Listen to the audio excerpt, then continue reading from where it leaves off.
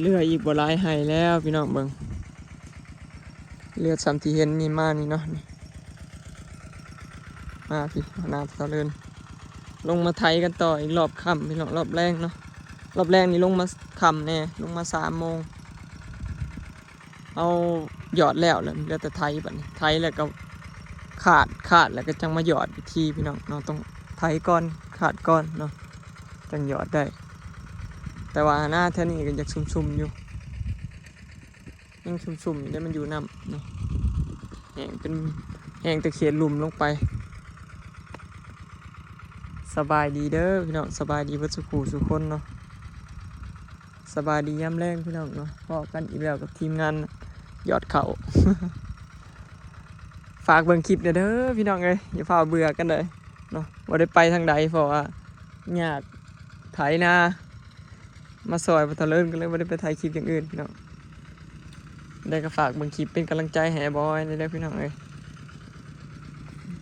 พอได้เงินนั่นซื้อนมซื้อเป็นเพิร์ดให้ลูก เหตุงานไปนำเหตุเวียกไปนำถ่ายคลิปไปนำเนาะก็บ่ได้มีอาชีพอื่นถ่ายแต่ชีวิตประจำวันของเจ้าของนะพี่น้อง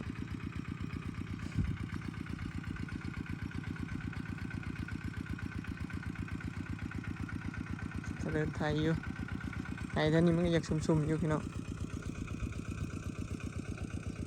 ซุ่มเนาะขึ้นมาฮอดเขตนี่ซุ่มเขตหายนี่ลงไปนะซุ่มเปลี่ยนกันไทยเปลี่ยนพอตะเลินไทยพี่น้องเมื่อไงเปลี่ยนกันเนาะไทย2 คนไทยแต่มีครูเปลี่ยนนี่แหละไทยผู้เดียวกับบไว้พี่น้องเมื่อไงนั่งพักเนาะสรุปก็คือมื้อนี้บ่แล้วพี่น้องบ่คิดว่าสิแล้วมื้อนี้ลงมาค่ำในช่วงบ่ายนะลงมา3 โมงแดดยังเหลือหายนี่ก็ให้ทำบอลอ้อยืนดิกับในหายนี่เดี๋ยวกันแล้วให้นี่ก็แม่นได้เนาะยายแถวนี้เนาะฮอดแต่นี่เนาะฮอดแต่นี่พี่น้องอีก2 4 5 6 7 8ให้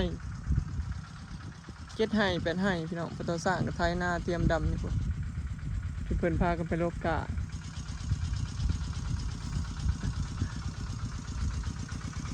เราสร้างแล้วสิแล้วก่อนหมู่พี่น้องคันฝนตกมาพอเราดำเรียงไปนี่เด้หอดแต่ในหลุมนี่ติดกับของเราแล้วเราก็ไปดำอยู่หลุมพุ่นแล้วขึ้นมาหอดนี่แล้วก็แล้วโอ้ยสะออนผู้ได้ดำหน้าก่อนเด้เนาะ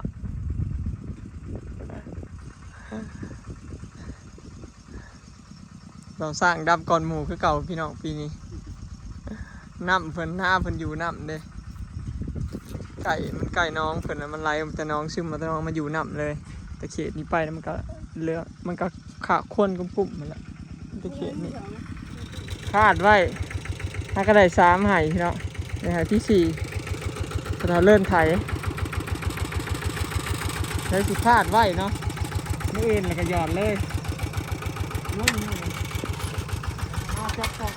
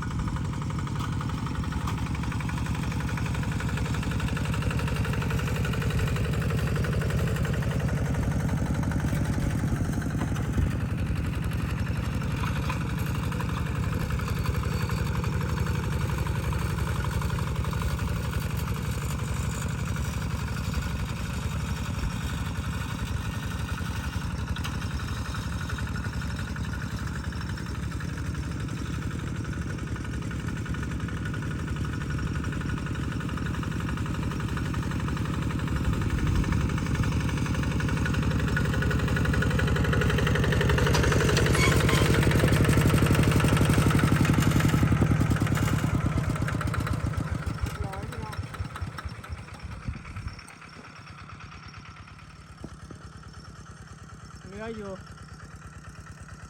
ไถเริ่มไถ1 2 3 4ทั้งพอเราเริ่มพี่น้องแต่เอามืออื่นหยอดนะมี2 4 6 8 9ต้นนักกระแมนบอกเลยครับบ่แมนเนาะ ตัวขาวๆตัวนั้นก็แม่น แมนบอก แม่น พอดีชิปให้พี่น้องรอบแล้วยังชิปให้บัดนี้แต่ทีแล้วแล้วก็หน้าพอเราเริ่มกันยังเหลือตัวเทิงนี่พี่น้องเรียงนี่ขึ้นไป